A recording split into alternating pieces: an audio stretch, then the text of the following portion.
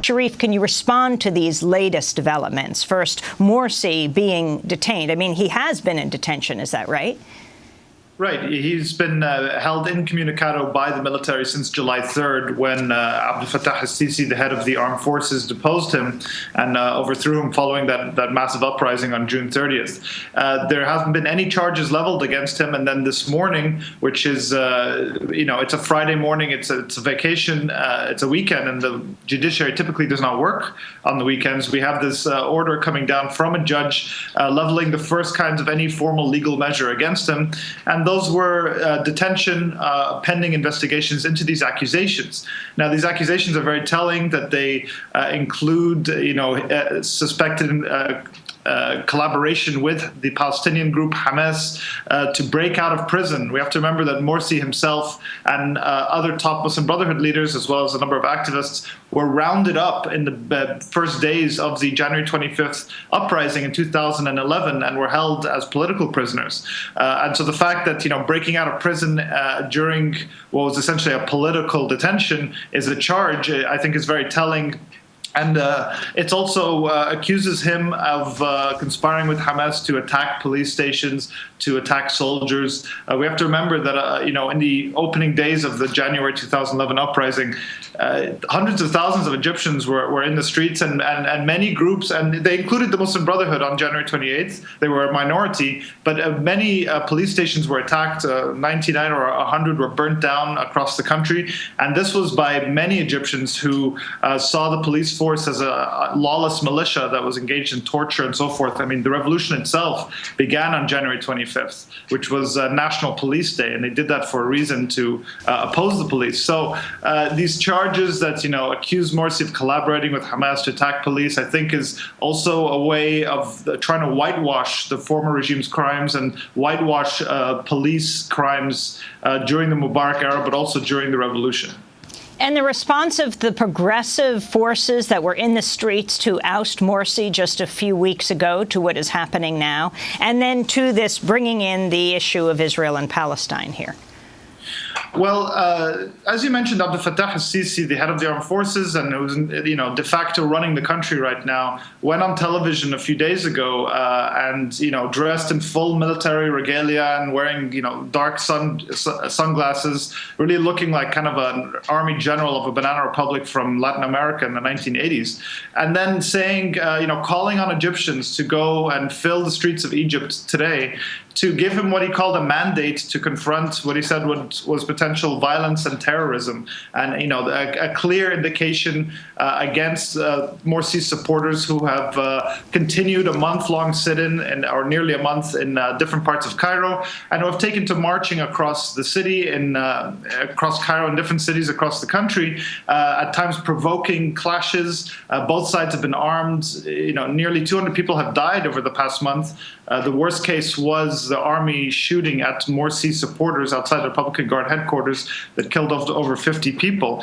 But so we have these two kind of very polarized sides coming to the streets now in a very tense and violent time. So we have, members who support the military, supports the military's overthrow of Morsi, and that includes the National Salvation Front, that loose coalition of opposition groups. It's Mohamad al-Baradei himself, who's in the interim government, has not really spoken out against this. Tamarud, the youth group that gathered petitions that really were the first to call for the June 30th protests, have also backed this.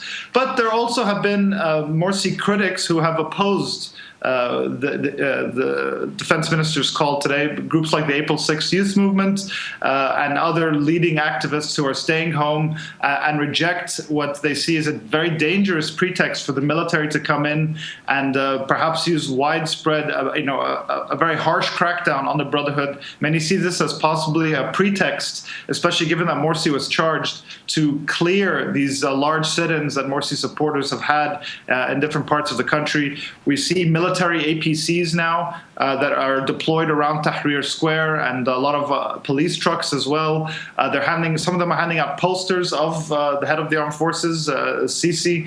And we've also seen the media, the private media, which has been really towing the army line and really bolstering the army narrative, has decided many of the channels to cancel their entertainment series tonight. You know, it's Ramadan, and after people break their fast, there's usually these very highly produced and highly watched drama TV series and different TV shows, and they've canceled all of those today to entice people to go out, to cover the rallies. So you know, it's this kind of atmosphere that we're in, and there's I think a widespread fear of more violence with this many people on the streets, and the minister making these kind of provocative calls. Apparently, the Obama administration has determined now that it's not legally required to even determine whether a coup took place. You know, an official was quoted in the New York Times today saying that the law does not require us to make a formal determination. So they are, you know, skipping past the issue, because as you heard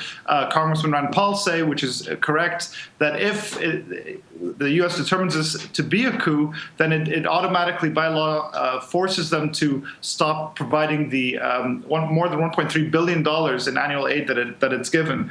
The Obama administration, in its first move and its first sign of any kind of displeasure with what is happening, has ordered the halt of these 4 F-16s.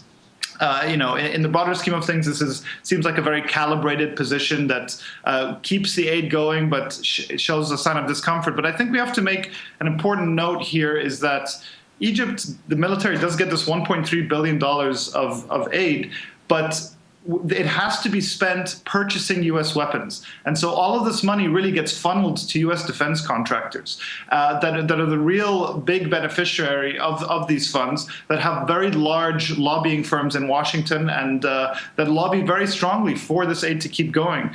And you know, Egypt has more tanks than Latin America and Sub-Saharan Africa combined. We just keep buying this equipment, and it's sitting in warehouses. And we also have to understand that the Washington Post had a very interesting article today showing that since the 1980s, the United States has granted Egypt an extraordinary ability to make these orders with these American defense contractors that are worth far more than the funds Congress has already appropriated. So it's essentially like this massive credit card that Egypt has with a limit of billions of dollars. And it's something called cash flow financing. So Egypt can submit these large orders for equipment that will take years to produce and deliver. And it's under the assumption that U.S. lawmakers will just continue funneling the aid. And so when you had lawmakers like Patrick Leahy, the senator from Vermont, trying to reassess U.S. aid to Egypt, they were stunned to learn how difficult it is to actually shut off this pipeline.